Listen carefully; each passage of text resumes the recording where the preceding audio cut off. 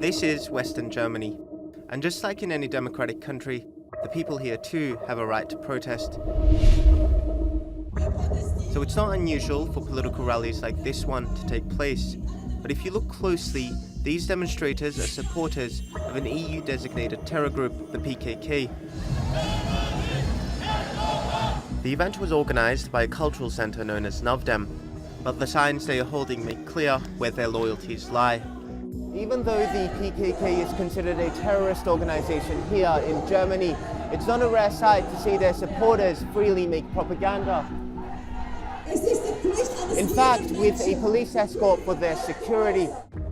PKK has waged a decades-long battle against the Turkish state and is responsible for the deaths of more than 40,000 Turkish security forces and civilians.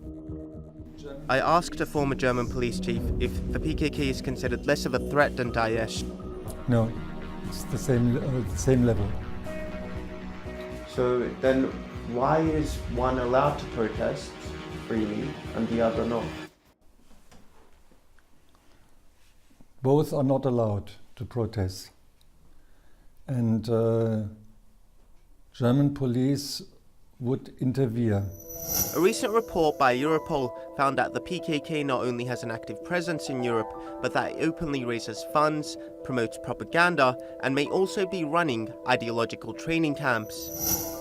3.2 million Turks live in Germany. The president of the youth wing of the largest Turkish NGO in Europe says his group has been targeted by the PKK. Yeah, several of our branches and offices and representations have been attacked with colors, with Molotov cocktails and other threats as well.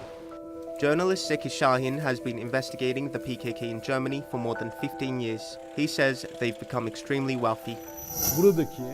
80 to 90% of restaurant businesses here are in their hands. Money laundering is in their hands. The illegal drug market is in their hands.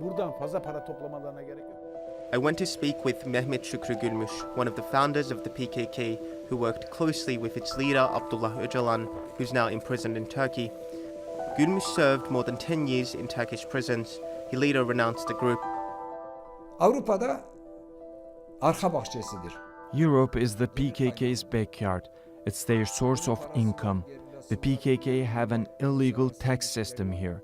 They forcefully collect money from Kurdish businessmen and shop owners for the group.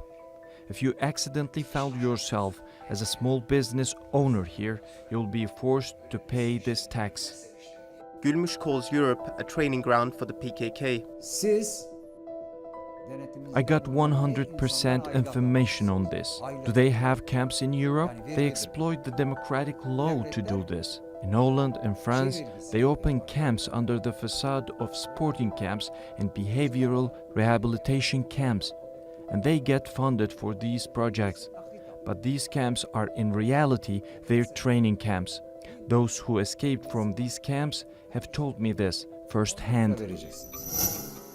Turkey says the EU has allowed PKK activities in Europe to destabilize Turkey. The issue has put a strain on Turkish-German relations. Bak artık Türkiye'de barınamıyorlar. Şimdi gidip Berlin'in caddelerinde dolaşıyorlar.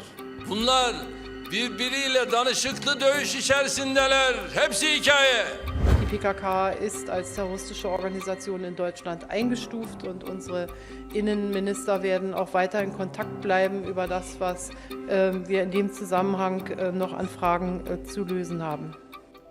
But a member of parliament, Oliver Wittke, told me Germany is doing its best, given its current challenges. We do not want violence in Germany. When there's a big peaceful demonstration where forbidden symbols are displayed, such as the PKK flag, you will find many authorities saying we tolerate it so that violence does not erupt. After the interview was over, he conceded this. PKK-Gruppen oder Vorfeldorganisationen der PKK in Deutschland Geld sammeln, den Terror in der Türkei zu finanzieren. Banners supporting the PKK and its wings are officially banned in Germany, but there has been criticism of the law not being enforced enough. Pro-PKK groups like Navdem are lobbying Germany's parliament to loosen the ban. Europe must understand that they will eventually fall into the pit they're digging. As funding and recruitment operations flourish, largely undisturbed, The question is whether Europe will tackle the PKK at its core. Omer Kablan, Straight Talk.